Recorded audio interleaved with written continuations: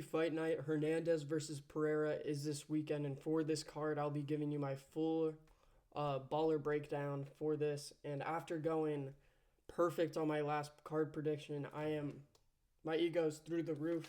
Even though that is for a fight night that got 11 views, we take our wins when we can get them.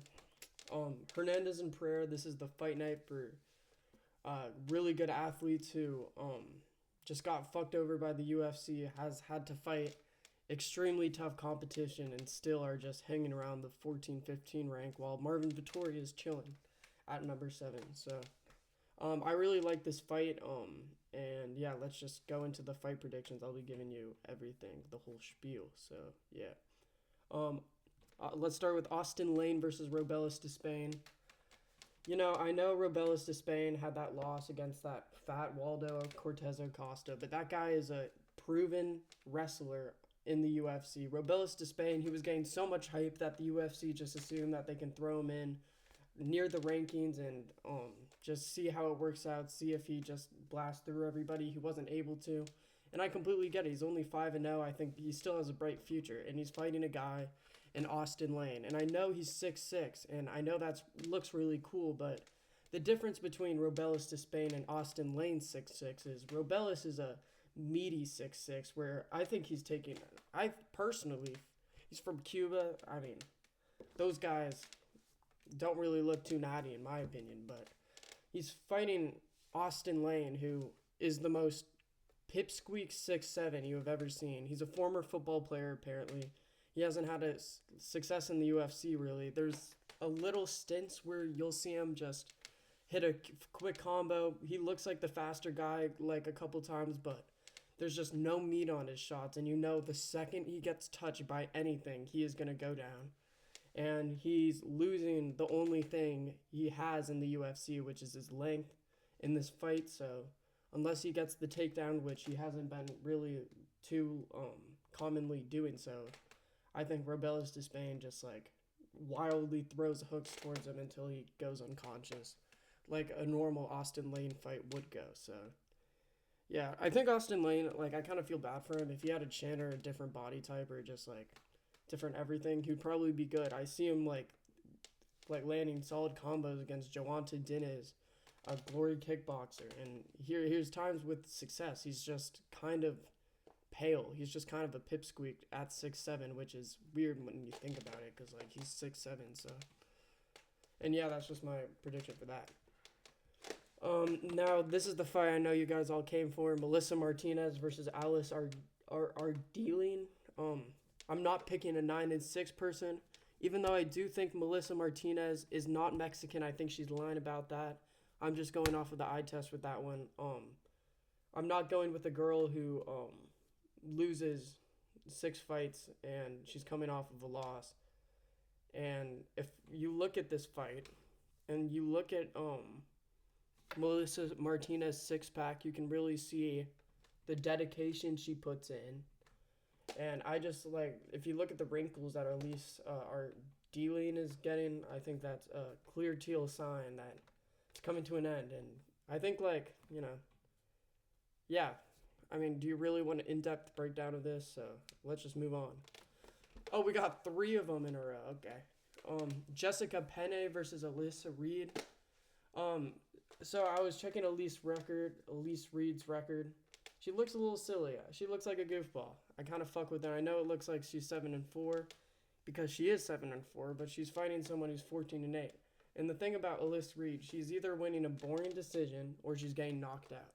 And the thing is about Jessica Penne, I don't think she has the ability to be dangerous. So she's fighting another kind of mid opponent. So I just think Elise Reed, with her mediocreness, will be able to get a win. She kind of does this thing where it's a boring decision, get KO'd, boring decision, get KO'd. So I think if she gets KO'd again, she's done in the UFC. So I'm hoping that she wins, because Jessica Penne does not deserve to get a KO because she's boring, and she would get, I don't know. She doesn't, saying she doesn't deserve a KO. She deserves whatever the fuck she gets. I just, don't really care about Jessica Penne, and I don't think anyone else does. So let's save the KO for a more interesting prospect, shall we? Yeah. I shouldn't be going this in depth into these fights. Jocelyn Edwards versus Tamiris Vidal. I always think Jocelyn Edwards is probably better because she's looks like an alien and she's big. So I'm gonna go with her in this matchup. Tamiris Vidal. She's only had one cool KO in the UFC against a shitter, and then the rest of her fights she's proved that she's a bum. So Jocelyn Edwards, she's kind of a win one lose one type of person, and she's been consistently doing that. I think she's coming off of a loss, so if history repeats itself, she's going to get a win this fight. So that's my prediction. Jocelyn Edwards winning that. So on to a good fight. I don't know if it's good, but I think Gene Matsumoto will destroy Brad Katona in this matchup. Watching back the Gene Matsumoto fight, he fought that wrestler Dan Argueta recently. He won by guillotine. He's just a solid striker. He's solid everywhere. I think his ability to shut down Dan Argueta's wrestling and get the submission later is going to be the deciding factor in this matchup because you know Brad Cantona. He's the tough guy who puts his head down, goes for that double leg, and then just lays and prays on you. He got a really good matchup in Jesse Butler, as Jesse Butler he's just the most weak physique male you've ever seen. He should be a flyweight, and he's like 6 foot. It's terrible. But Brad Katona, good for him for winning his last fight, but he's fighting an actual competent guy here in Gene Matsumoto, who I think is going to be able to shut down the one thing he's good at. So, Brad Katona, I know you want to pick him, but that Cody Gibson win, I promise you, isn't too good. So, let's just move on to the next one. Asu Alambaya versus Mateus Nicolau. Now, this is a tricky matchup. And let me just break down what I think will happen. Mateus Nicolau is a on the back foot type of fighter who just throws kind of 1-2s with nothing on him, and he'll eventually maybe land a shot like a knee or an actual meaty right hand that sits down his opponent. But a lot of the time he doesn't have the capabilities to do that because he's kind of mid on the feet, and he's fighting a guy in Asu Almabayev who, even though his wrestling is probably one of the best in the flyweight division, he is just so incompetent on the feet, and he's just there until he can get it to the floor. And this matchup, I think, is going to be as close as it possibly can be. I think Mateus Nicolau is going to be on the back foot, hitting 1-2s, being very defensively sound, trying not to get taken down, and I think he'll do a great job of not getting taken down, but I think Asu Almabayev is good enough to get a couple takedowns at least on Mateus Nicolau, and once he does get him to the floor, it's kind of Asu Almabayev's game down there. And even though I do think it's going to be extremely close, I think it will be probably even on strikes to takedowns between Asu and Mateus. I think that the Dagestani wrestling and Krichnofing is going to mesmerize the judges, and they're just going to be like, yeah, Asu, he looks like he's related to Khabib, and that's pretty cool. I want to meet Khabib one day, so let's pick Asu Almabayev in this fight. You know how the judges are. So, yeah, Asu Almabayev. I think he's kind of overrated on the feet. I think Mateus Nicolau is going to find way too much success there, but I think the occasional takedown that lands is going to be the deciding factor that eventually fucks up Mateus. So, my prediction for that, Daniel Pineda versus Darren Elkins. So the damage Darren Elkins. You can look at him, you see a lot of damage, a lot of neuron damage with Darren Elkins. When you look at his record, you kind of realize that this guy you would think of him as just the normal gatekeeper of featherweight, but he's genuinely the gatekeeper of the UFC, like if you're gonna make it. He only beats the worst of the worst competition in there, and he's coming off of a win against a shitter, and he's fighting Daniel Pineda, who had not the greatest, but like a really amazing performance for an old guy against Nathaniel Wood, who's an up-and-coming prospect who he had a lot of success scrambling with Nathaniel Wood, and he just showed a lot of promise compared to Darren Elkins, who, when you just look at him, you can tell that he's not really there. He's kind of halfway gone. He's kind of, I don't know how the UFC looks at Darren Elkins and has the heart to let him fight.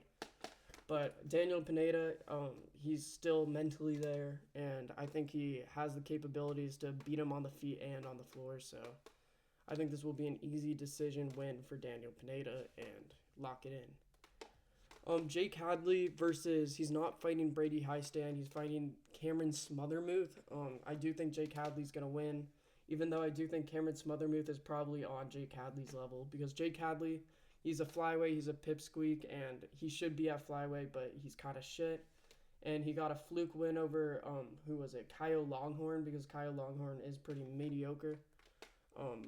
And I think he has this thought in his mind he's going to have this career resurgence at bantamweight, but I don't think he will. But he's fighting Cameron Smothermuth, who is very mediocre. I was watching his film. He lost in the Contender Series versus Christian Gallegos. And I just think that Jake Hadley has the capabilities to probably beat someone who's coming off of 3 days' notice.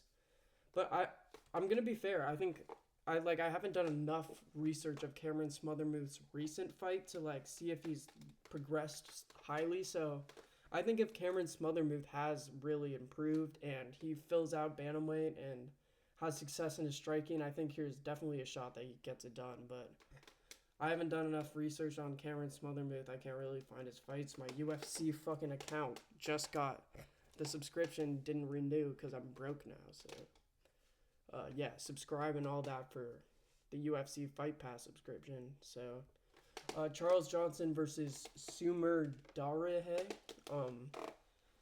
Sumer Dare, he's kind of mid. Not watching, but looking at all of his fights back, the competition that he does beats aren't even in the UFC anymore. He's beating guys like, what's his name? Who's that Canadian guy? Malcolm Johns? Malcolm something. Yeah, some Malcolm dude from Canada. He's fighting all these mediocre guys. He got a random just boost into the rankings fighting Matt Schnell. Couldn't even finish him. I know he had him concussed about 5 times, but I just think you couldn't really finish Matt Schnell. Matt Schnell, there's a ground and pound video. I don't know if you've seen it, but Matt Schnell barely is touched and he goes down and he's flatline knocked out. So I just think that Charles Johnson, he's from that Bobby Green hood fighting style. He's fighting Sumer Dare, who was having very hard-fought fight with Matt Schnell. And if you're having a hard-fought fight, I'm just repeating myself. Charles Johnson, you know him. He beat Joshua Van, who is a way harder competition than Sumer Dare. And I just think Charles Johnson has way better head movement. I don't know how he's not getting a ranked opponent yet. He's beat 20 solid flyweights, and that's really hard to find in the flyweight division. The flyweight division is terrible. So, yeah, Charles Johnson, I just think way better than Sumer Dare, who is pretty decent at grappling, and I just think he might be motivated. Charles Johnson has been smack talking him before this fight, so that might be something in this, but I don't know. Rob Font versus Kyler Phillips, co-main. I just think Kyler Phillips is gonna get it done. Rob Font, here's just look at him at this point. He's doing the 1,000-yard stare to the UFC camera. I mean, there's just so many times where you just see a Rob Font get laid on his ass about 5 times in a fight. But when you look at his record, all of these fights go to decisions. So he's getting knocked down significantly in every fight. I mean, I just think every opponent seems to find an opening with Rob Font's game. He has success, but I just don't think he has the power to put away Kyler Phillips. And that's what usually brings him his success and what brings him the win.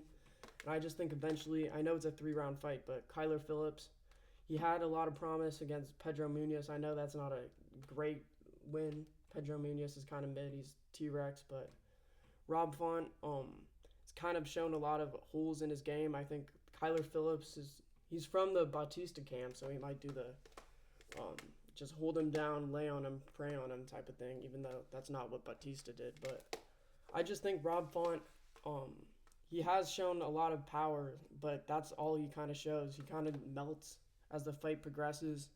And Kyler Phillips, he's kind of a dope cheat, but his boxing's really good. I just think he keeps it composed. I think he keeps it solid boxing-wise. I think he'll eventually find Rob Font with a shot.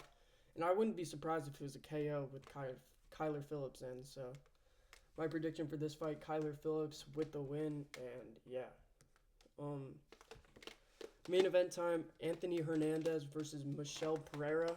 Um, I do think Michel Pereira is a different level of fighter compared to Anthony Hernandez. I do think Anthony Hernandez will be a solid middleweight, around like the top 10 range, but Michel Pereira, when you just watch this guy fight, it looks like he has a different level of striker. He's just, every time he touches someone, it seems like they get injured. His submissions, he jumps on submissions like nobody else. Whenever you give up anything that could finish the fight, he'll end it.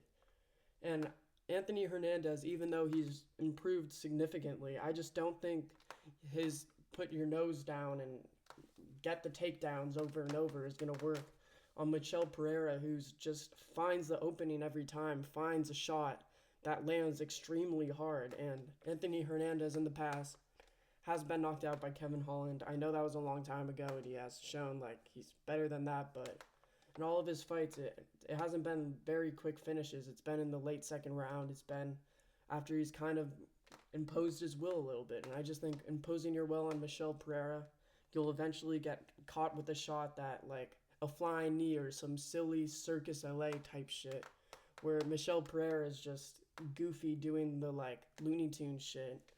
And, yeah, that's what I'm going to predict, the Looney Tunes finish from Michel Pereira. Anthony Hernandez, he's good. I just don't think he's going to get a submission on Michel Pereira, who is at the Sean Strickland gym, who's getting in the rips with, like, Chris Curtis and all the good grapplers. And Anthony Hernandez, I just think, I don't know, man. Do you really think Anthony Hernandez is going to get a takedown on Michel Pereira, who's so fast, so dangerous? I mean, at middleweight, he's fucking flying, dude. He's just, like, it's crazy how fast Michel Pereira is at middleweight. And Anthony Hernandez, I think, uses his weight as his, like, catalyst to why he gets his takedowns. And with Michel Pereira, I just think he's going to be way too fast for him on the feet. And the Mexican dirty boxing is not going to work with Anthony Hernandez. And yeah, that's my prediction for that. I hope you enjoyed my video. Hopefully I get this shit undefeated. I'm locked in, so I think I don't know. I think a streak's happening, man. But subscribe. I'm gonna be doing hopefully fucking more videos in the future. And yeah, thanks for the support. And yeah, see ya.